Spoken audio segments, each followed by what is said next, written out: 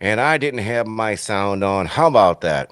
You know, the funny part is I actually had my finger on the button before I started messing with the camera. But whatever, it's election day 2020. This is what we've all built up for. And here we are. It's kind of crazy, isn't it? 4 years of Russia, Russia, Russia, 4 years of false claims and projection, all kinds of crazy nonsense. And here it is. Today is a deciding day. Today is the day we decide whether we're going to continue to be a free society or if we're going to fall into the abyss of socialism. You know, it is rather amazing and striking the very fact that the best of the Democratic Party has to offer is Joe Biden and Kamala Harris. And the only reason that they're, I think, and this is my opinion, of course, but I believe the only reason that they're able to put up the fight that they're able to put up is because they have the backing of the mainstream media. They have them running cover, they have them doing damage control. And then, of course, on big tech front, you've got them going out there blocking, censoring, all kinds of other nonsense. And it's kind of really telling and disappointing that this is what that we have to go against. But like they will often say, you know, do not let your heart be troubled. Because if you're on the East Coast, you still got another little less than a half hour to go before polls close out there, 8 p.m. Eastern Standard Time. If you're over here in Central Time Zone, you still got about an hour and a half. If you have not voted, get yourself out there and vote. Your vote counts. Now, obviously, myself and many others, we have made tons of predictions. The idea, of course, you know, I think most of us are hoping one way or the other where we want our candidate to be. And I'm looking at the election results as they're coming in. And these are, of course, preliminary results. But I'm looking at a Politico map right now. And this is accurate as of 6:32 p.m. Central Standard Time. They have called Virginia and Vermont for Biden, giving him 16 electoral votes. They have called Trump. They have called West Virginia and Kentucky, giving him 13 electoral votes. Right now, it looks like they have Florida. They're saying that Florida is probably going to go for Biden. I don't see how that's possible, but okay. They're saying Georgia perhaps is going for Biden. They're saying New Hampshire for Biden. And this is doesn't tell with 1% of the expected vote in at this particular time. Right now, it's South Carolina and Indiana. They're saying it's going to end up going for Trump. So obviously, things are going to change throughout the course of the evening, and we're going to be here covering this here.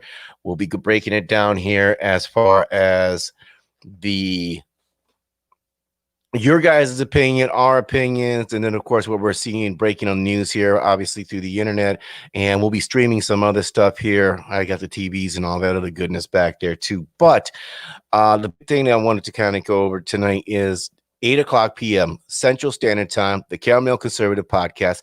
Link is in the description below. Make sure you guys check it out there. Come on down because we're going to be breaking this down. I'm going to have a few people calling in. We're going to talk about some of the things that we have seen throughout the course of the day, things that we have heard. And this is going to be kind of a big deal because I really want to get people's thoughts on this. And of course, what's going to happen afterwards. We got a lot of folks out there that are claiming disruption, riots, other things like that. We've got cities across this nation that are bordering up as if a hurricane were coming by, but they're not in hurricane areas. That's the scariest part. They're boarding up for riots. Because regardless of President Trump wins or Joe Biden wins, it looks like there's going to be violence no matter what. And I don't know about you guys, but that's something that doesn't sit well with me. Like, I am no fan of Biden's or Harris or anything else like that. Their ideology, I find completely despicable.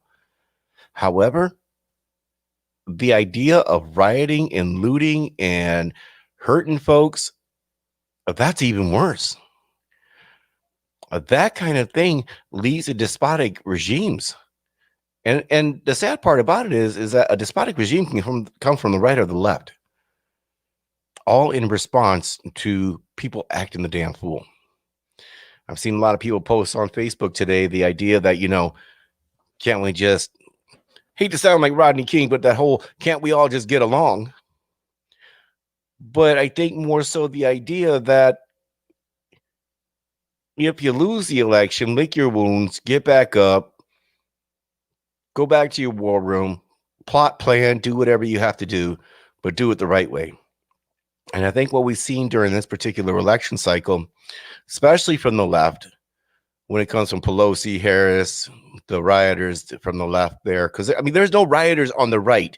I had a conversation with somebody earlier today, and they were trying to tell me that, well, you got people like that on both sides. I'm like, where?